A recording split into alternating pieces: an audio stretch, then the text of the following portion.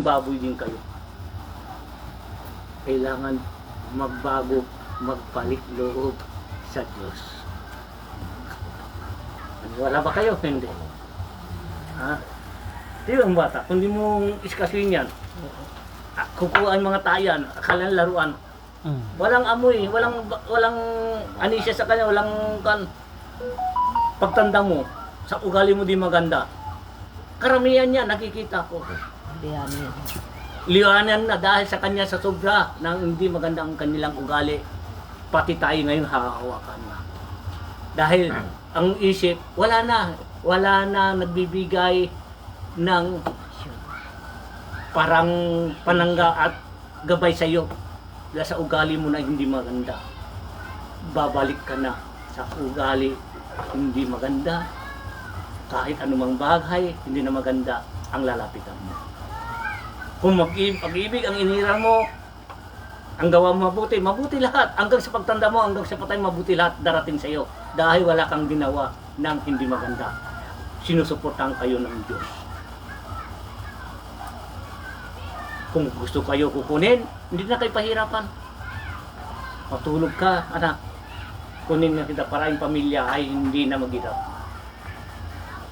Kung ano man ang binigyan mo ng kahirapan at kasamaan sa mundo, maghihirap hanggang sa kamatayan mo, maghihirap ka. Di ba maraming namamatay, minsan biglaan lang, wala na. Ang pagkain, wala na. Dahil mapalad sila, wala silang na privileges kahit sa pamilya. Gusto niyo ba babalik at hawak kayo sa tayo ninyo ulit? Ha? Yung mga ugali niyo ba? Sigurado na magbabago na ba? Sabi ng Ama. Kasi hindi mo gagawin yan, walang premente. Pati isip mo, walang premente. Tama, hindi. No. Papakita natin ang tunay natin anyo, sabi ng Ama. Ang tunay ng anyo ng bawat isa sa tao, ang pagmamahal natin sa kapwa natin at sa pamilya natin. Ang Diyos ay nasa Kanya. Kung hindi maganda, ipinakita natin sa pamilya natin, sa kapwa natin, bilang araw pagtanda mo, hindi mo na alam ang gagawin mo. Dahil sobra ka na sa talino, hindi mo na pala alam makontrol ang iyong sarili. Sasama ng iyong ugali. So lahat ng bagay, habang may panahon pa, mag-ayos para hindi tayo maging, sabi ng pare, maging sagot. Ha? Maging? Lalong sasama. Ha? Oo. Kung magbago tayo at hindi darating ang kasamahan, ang gusto ng Ama, susuportahan tayo ng Diyos. Kung hindi tayo magbago, bakit ang tao ba ang gumagawa ng hindi maganda ba? Yung ayaw magbago sa sarili. Ano mangyayari sa kanya? Kapahamakan niya, hindi. Kapahamakan. Oh, yun. Kung mabuti ka, maraming gandang gawain, saan ka patutungo? Sa kabutihan ba? Sa kasamaan? Wow, ano dapat natin gawin? Magbago. Puriso ang lahat yan. Kung ano ka man bata noon, at pagtanda mo, pang oras ka nang babawin tayo ng Diyos. Si Diyos lang, si Jesus lang ang may karapatan sa atin.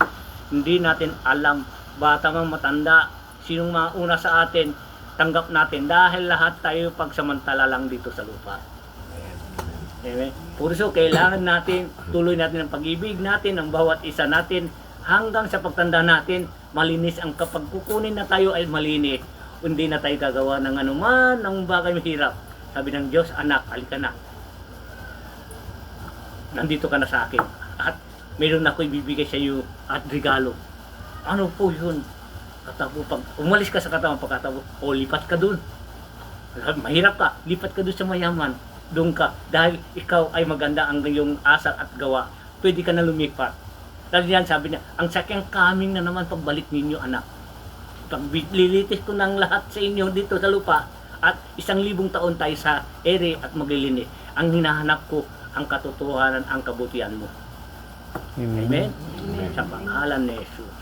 Dakilang Ama, kahit anuman ang hinihiling ng Ama, kung sundin natin ang kagustuhan niya, the best, walang posible ang blessing at nandito sa atin binigay ng Ama. Dahil ang lahat ng bagay sa Kanya yan, hindi sa Kanya, sa Kanyang lahat, hanggang hininga natin.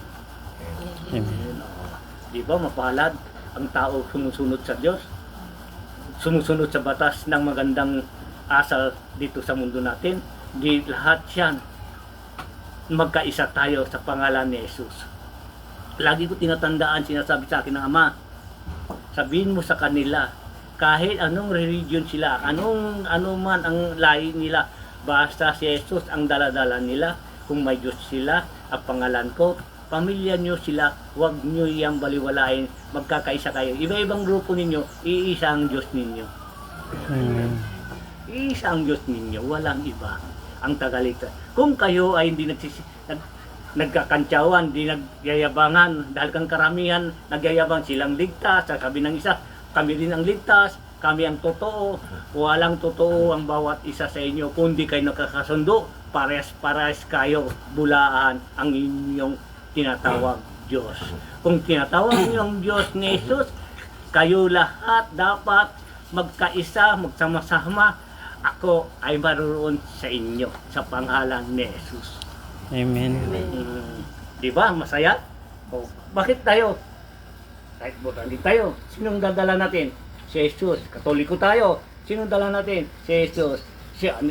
Tasis tayo, ang dala natin? Si Jesus. Dahil si Jesus pa rin ang tunay tagaligtas. Tandaan, wala nang iba ang magliligtas sa atin kung hindi si Jesus. Amen. Dapat ba tayo magtalo-talo? Ay hindi. Hindi na po. Oo. Ang tanong doon, isang Biblia. May nauna, maraming Biblia. Hindi na marating, maraming nakasulat sa Biblia. Paunahan lang kayo bumasa. May nakatungo na sa taas, may magsimula mulit, may sa gitna na, sa 1/4 pa lang. Dahil ngayon, kung mataas na, sabi niya marataas ang pinag-aralan niyan dahil naabot niya na ang hangganan niya. Dahil ang kailangan doon, kung naabot mo na yung hangganan mo, ibibigay mo sa mga taong walang alam, isishare mo dahil ikaw ay lingkod ng Diyos. Ipakalat mo ang kanyang mga sinabi na sa Biblia ng Diyos para ang mga taong nangungangmang, walang alam at kuminig at namulot, ang Diyos ay nasa iyo. Amen. Dakilang Ama ang tagaligtas natin. Puto wala lang sinuman mas mahigit pa sa Kanya. Wala man pwede maghusga, magsabi na sila ang lingkod ng Diyos, ang tunay na lingkod ng Diyos at tumuturo sa kapwa nang walang alam, doon siya magturo ng aral kung ang Diyos ay nasa Kanya, hindi magusig sa iba.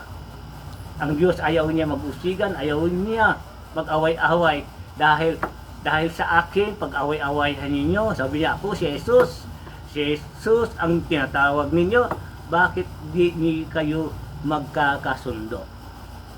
Kailangan kayo magkakasundo para masaya ang lahat. Kasi sabi ng Diyos, paano ko kayo patutunguhan, paano ko kayo malalapitan, paano niyo ako tatanggapin kung kayo mismo hindi nagkakasundo? Isang pangalan ko, sino bang totoo sa inyo? Ang tanong, kung halimbawa, ingat mo sarili mo, sila naman, inangat ang sarili niya. Yung iba ng religion, inangat nila sarili niya. Naglalait siya sa iyo, naglalait ka din sa kanya, naglalaitan kayo. Sino bang totoo sa inyo? May ba totoo? Ay wala. Wala. Dahil nagkasira-sira na. Dahil wala, dahil ang Biblia isa yan. Maraming kahulugan, iisang patutunguhan. Ang kailangan ipakita ninyo, ang pangtao ninyo, pangpamilya ninyo, ang gawa ninyo, ang mabuti, ang Diyos ay nasa inyo. Amen. Dakilang Ama ang tagaligtas. Siya ang tunay tagaligtas sa atin lahat. Amen. Tingnan mo. Kahit ano nangyari sa atin. Tinatanong niya, ano ba ang pangalan ng iyong templo?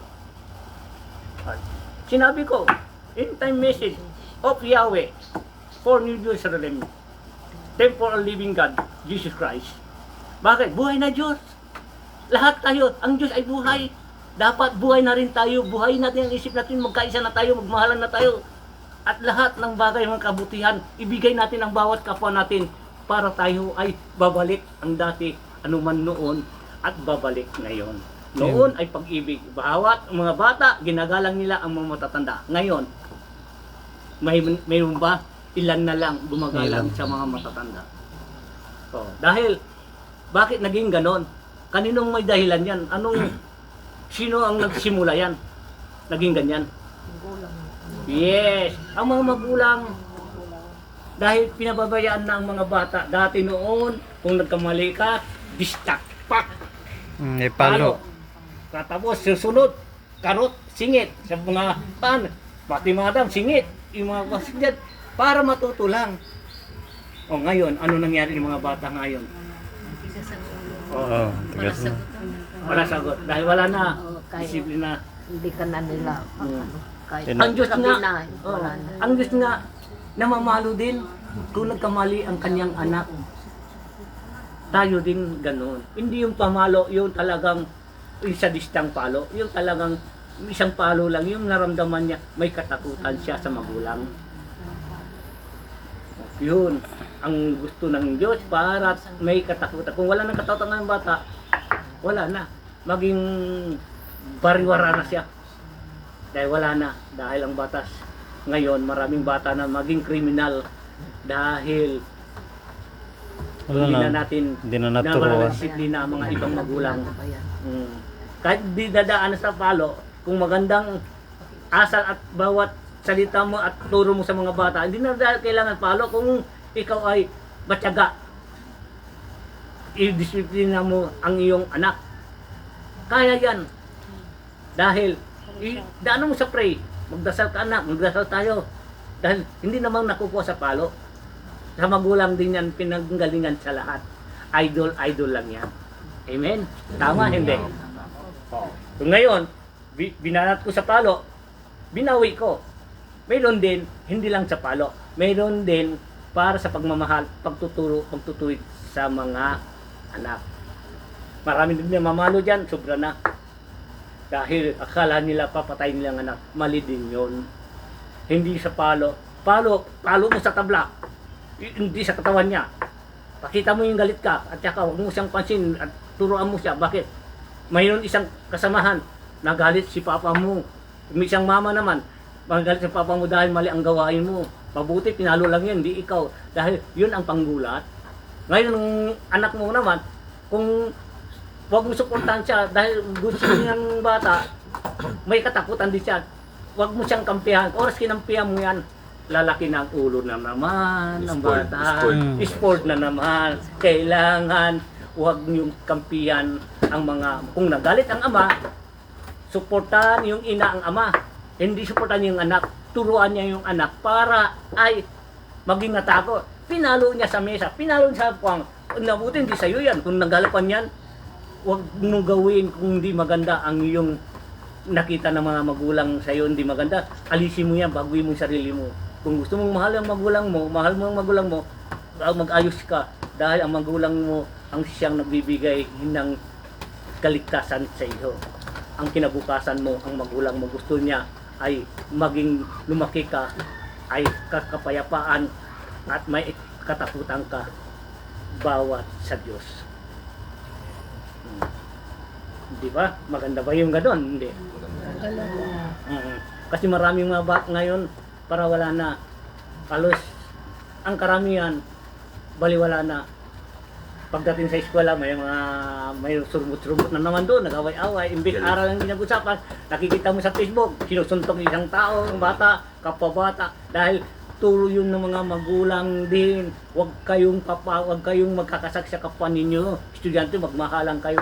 Kung tinuro yung mga magulang sa mga anak, hindi gagawin yan. Mayroong magulang, kung may mag-apisay, suntukin mo agad. Batuin mo. Meron yan. Karami. Ano nangyayari doon? Nag-i-sport. Lumaki ang ulo mo. Sino napapahamak ngayon? Yung anak na. Ako bahala sa'yo dahil huwag kang magpapaapi kayo. Hindi niyo imbes turuan ng mabuti. Magdasal, mag-pray kayo, pa-Diyos niyo na lang para ang kayapaan, ang malinis ang lahat sa mundo natin. Amen. Di ba? Dito aral sa mga magulang para sa mga anak. Hindi lang lahat palo, hindi lahat at baliwala yung anak. Mahalaga ang mga anak.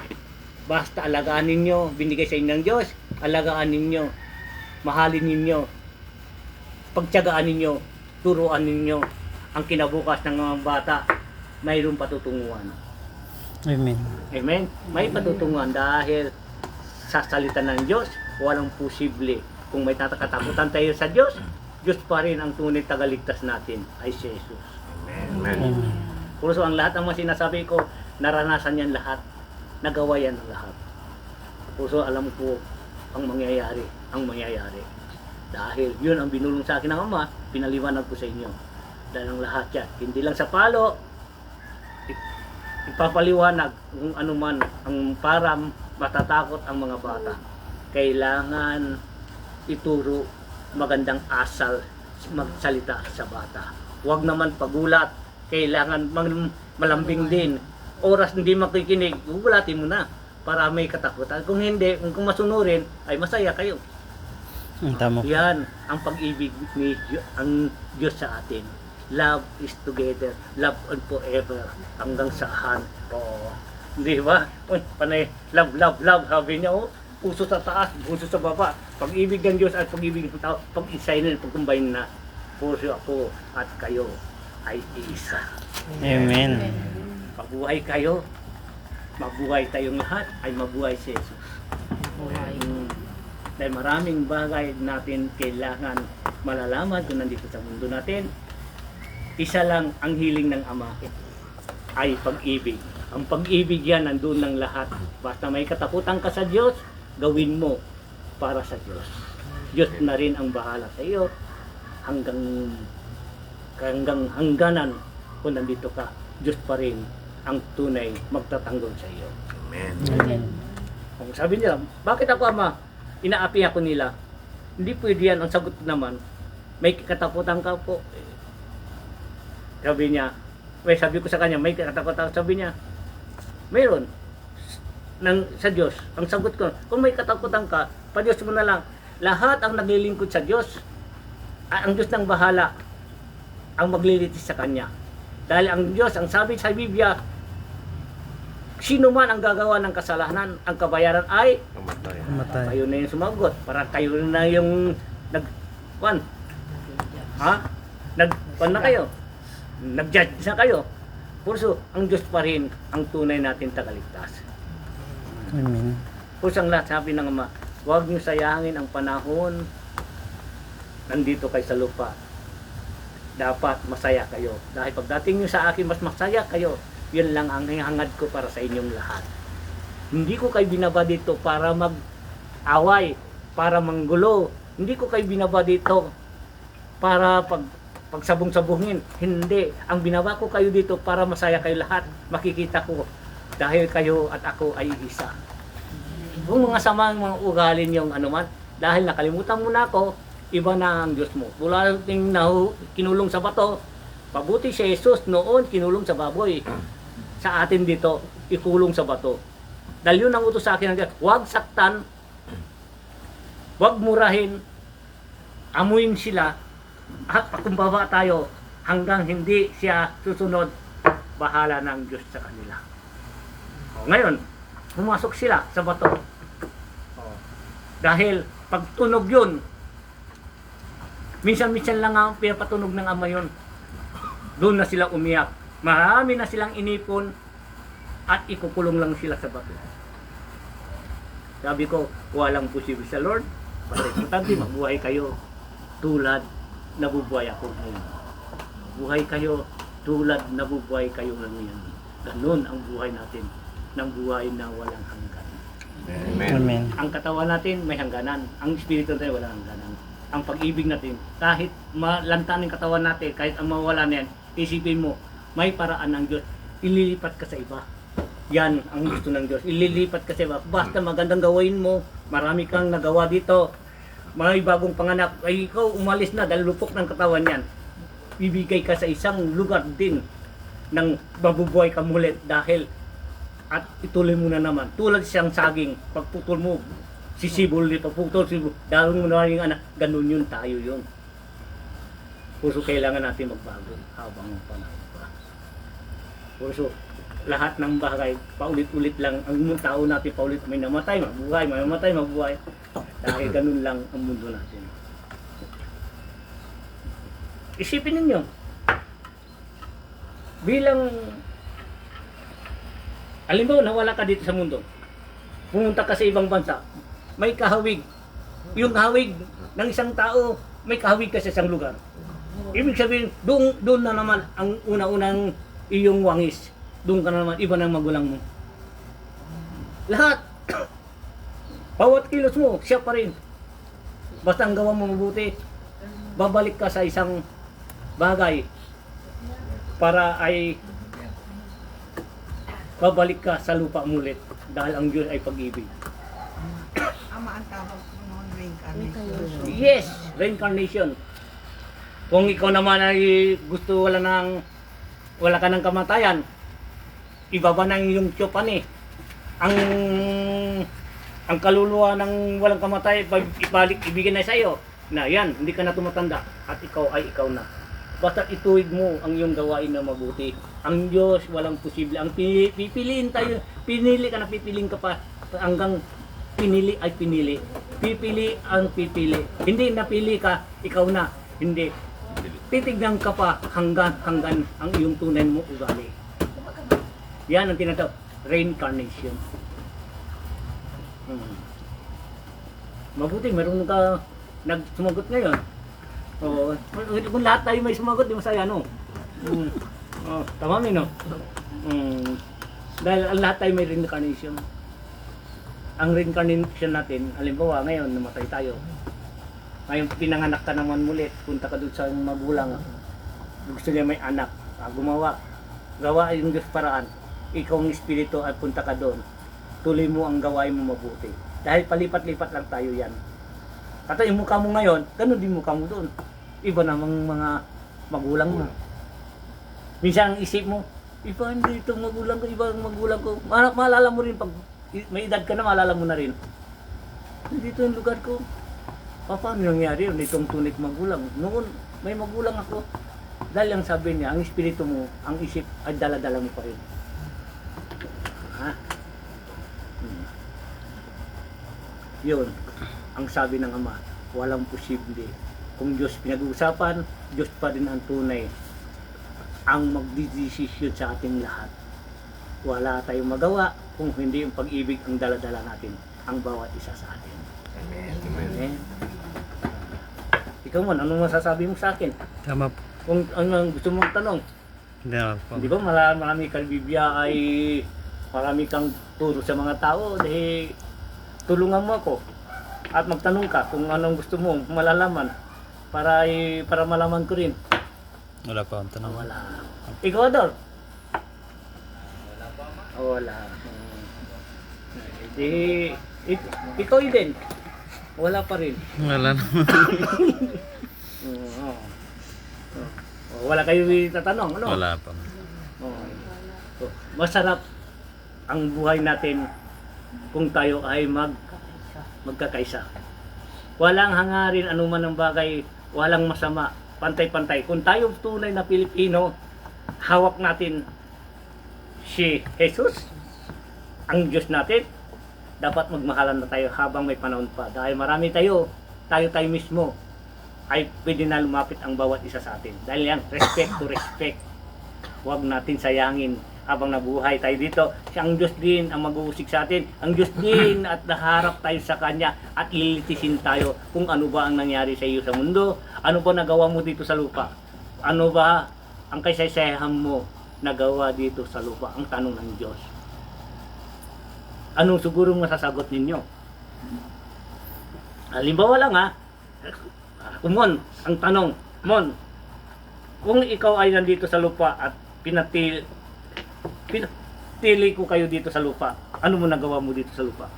Halimbawa, ang tanong, ano ang sagot? Patuloy na nagbabago at naglilingkod na po sa Diyos. Yes. Kung ano man ang bagay, ang nagawa na hindi maganda, ang nagbago, yun ang mahalaga sa lahat. Magbalik loob tayo sa Diyos. So, yan lang naman ang gusto ng Ama. Hindi nyo alam ang masama Kung bilang oras na laman nyo ang masama, baguhin nyo na habang may panahon pa, dahil makikita ng Diyos ang bawat kilos na at wangis natin at mga galaw natin. Dahil kung binago yan, masaya ang buhay mo. Masaya ang paligid mo dahil ikaw ay nagbago na. Amen. Amen? Oo. Yun. Ang bawat isa sa atin, haharap tayo sa Diyos. Hindi ka makakasinungaling bawat isa sa inyo. Pati ang kamay mo magsasalita yan. Dahil sa Kanya yan. Yung mata mo, magsasalita din yan. Dahil sa tingin lang yung Diyos sa iyo. Lahat yan, magsasabi yan ang lahat. Sabi ng isa naman, bakit ka nakakalbo? Anong dahilan? Kasi sagaysay ng sagaysay, napapagawa po ng pagawa. Dumikit kami sa sagaysay, naubos ang buhok. Sampo lang yan, ha? Bakit? Ay, punguti ang buhok mo. Dahil problema ng problema. Dapat hindi na problema eh. Nagpo-problema dahil wala rin. Wala rin mapalasang problema. Ang natural habang may buhay, may problema. Hindi mo makontrol yung problema. Pumuti ng buhok. Hindi sa di na makakatulog sa pag-iisip. Dahil hindi kayo marunong mag-release ng problema.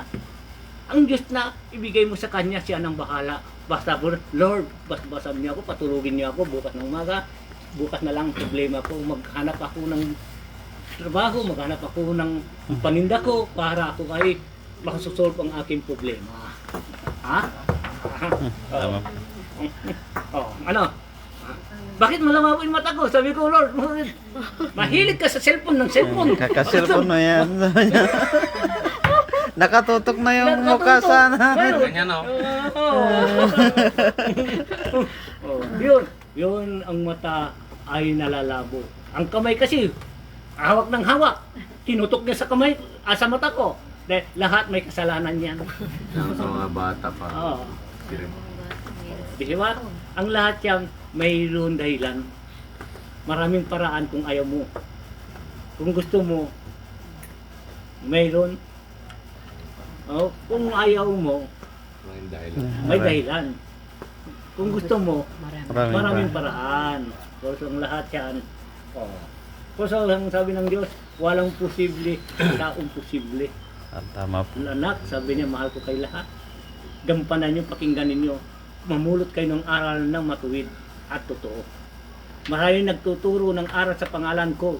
Sa bandang huli, nagmumura sila. Sa bandang huli, naguhudyat sila. Hindi ko yan aral nila para sa sarili nila.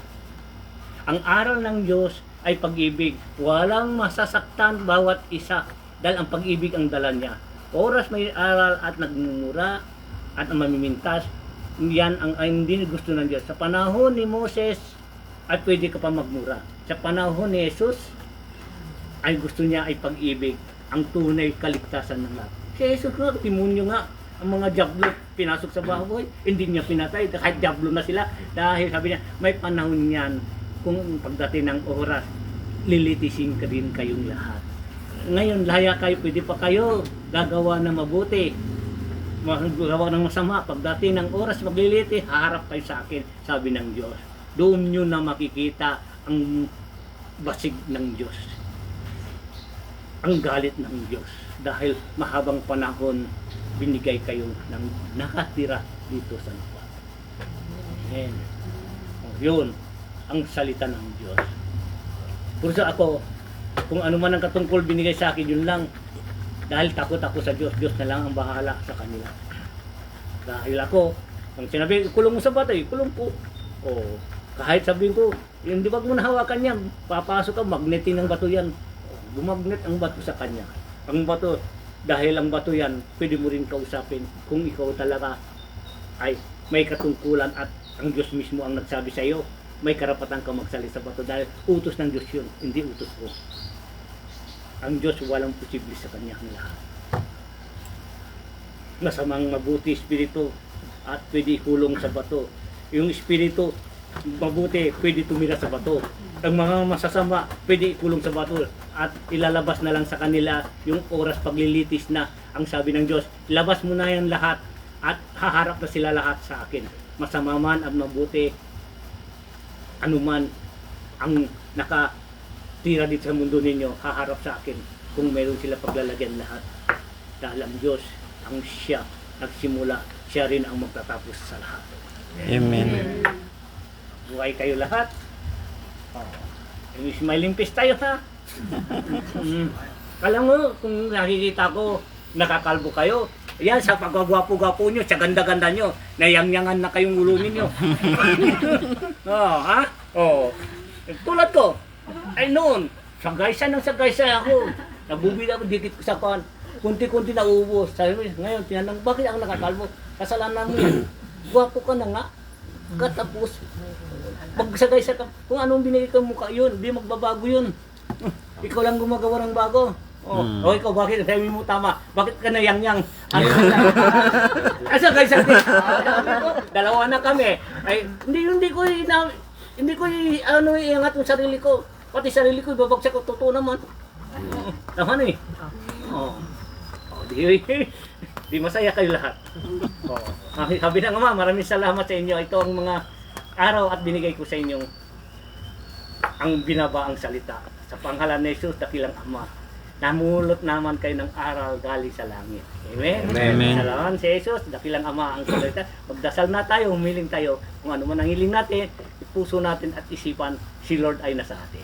Amen. Sabayan natin ito. Yan na po. Kaya thank you for watching sa inyong lahat and God bless yan sa ko. So, kay SRMG, Liloy, Igonzaga, yan. Thank you for Ay, watching yung kay Tatay malaki mga Rodrigo. mahabang buhok, sabi niya, So, gawin it. hindi siya Thank you for napapaganda kasi watching. alam nila God maganda bless na po sila. sa inyo. Yung mga And pangit, ganda po tayo. gwapo na nga, nagkakaroon siya, nakakalbo ano.